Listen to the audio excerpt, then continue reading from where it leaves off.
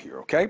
Sometimes if you look at what is going on around you through a little bit of a different lens, you can see things completely differently. For instance, you take the deadly combination in our current political state of play. Zero-sum competition based on who is worse. It's a diabolical duo. Zero-sum because they're two parties. One can only win if the other loses. And the state of play in our culture is that you don't have to show you're better anymore. It's just that the other guys are worse. The proposition other than you is too scary to even consider. And once you accept that dynamic, that that's how we do it here, that's the game, you see it everywhere. For example, the news cycle being obsessed with Biden and Trump and the classified documents, okay? Comparing them in size, significance, who knew what, when, who's worse, and why, and how many times, and how many documents, and this guy could declassify. No president can declassify something in his head, okay? There's a process. It was never followed. There's no proof that it was. It's not about the power of a president to do something. It's, was that power exercised here? The answer is squarely no, but that's also not the point. Because now that the Attorney General appointed special counsels in both situations, Trump and Biden, the floodgates are open. We're back to investigate everything you can again. Oh, but it's oversight. You know, this is the job of Congress. No, it isn't. It's not oversight. It's overreach, and it's overplaying a hand to distract you from what you should be demanding get solved. Why? Because the fighting is easier. It's easier to say why the other side is worse than why one side is actually better. It's easier, and we are more accustomed to it. Some blue states play with banning gasoline engines in 2035. So now we have Wyoming, ruby red, and they won't be the last, saying, well, fine, then no electric vehicles in 2035. Both ideas are irrational. And do you really think any state can plan that far ahead? We're about to have another debt ceiling crisis in 2 days, but they're going to go out over 10 years? Come on, it's nonsense. It's the game. It's the, oh yeah, this is bad, well, then this is bad.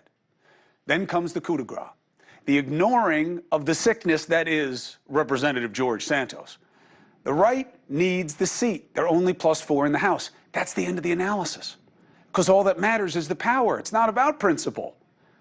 But even with such a proven gross exaggerator of much of his pedigree, his background, and his experience, not to mention potential campaign finance crimes, you switch the R to a D after the name Santos, and Speaker McCarthy would be going bedtime for Bonzo about how he has to go. But Santos has an R after his name, and it's zero-sum, which means they've got to keep the seat. They've got to win, and the other guys have to lose. And that means the team must back the bad guy, which the right does, to its credit in the game, even if it's to your detriment, much better than the left does. What does this death of decent leadership look like that I'm describing? It looks like this. When McCarthy was not under pressure and asked about serial liar Santos and his fate, listen to what he said. You expect George Santos to be on any of these key committees, on these 8 committees? Do you think George Santos? If you're referring to George Santos, he's got a long way to go to earn trust. Not that long, right? Because you don't even go a week later, and the idea that, boy, maybe he shouldn't even be seated, or should they investigate him right away? Certainly not going to be on a real committee. He should be in a process already trying to get rid of him. But just a week later, and now McCarthy is in a different position where he needs everybody to like him, especially on the fringe of his party, because he'd been emasculated by the extremists who share some perverse bond with the flawed Santos, and you get this. Do you expect Mr. Santos to get seated on a committee today? Yeah, we'll be done with all committees today. He'll get seated on committees, yes. You said yesterday you had some questions about his past. Did you raise concerns during the campaign season before the election? Well, my staff raised concerns when he had a staff member who impersonated my chief of staff, and that individual was let go when Mr. Santos found out about it from there. Not even a week. Will he be on a committee? No. He's got a long way to go to build trust, which is already a weak position. Not even a week later, too. Oh, yeah, he's going to be on a committee. Oh, I had no questions. My staff did, because Santos's chief of staff pretended to be my chief of staff. Like, that's not a big deal. It doesn't show anything about his judgment. Of course he would pick a guy like that. He's all about fake it till you make it. Literally.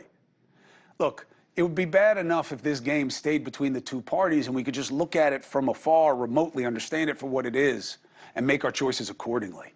But it's metastasized like a cancer into our culture, playing into our collective appetite for community and for too often measuring our worth by others being worth less. This is not speculation. It's social science, and we can show it. Take obesity. We all know, or should know, obesity is on the rise in this country. By 2030, 1 in 5 women and 1 in 7 men will be obese. Spiked during the pandemic, too. And yet, this tribal mentality of the other must be worse as a statement of your self-worth, right? Which then got exacerbated by the poison politics of 2016. Now we see that playing out even with respect to obesity. How?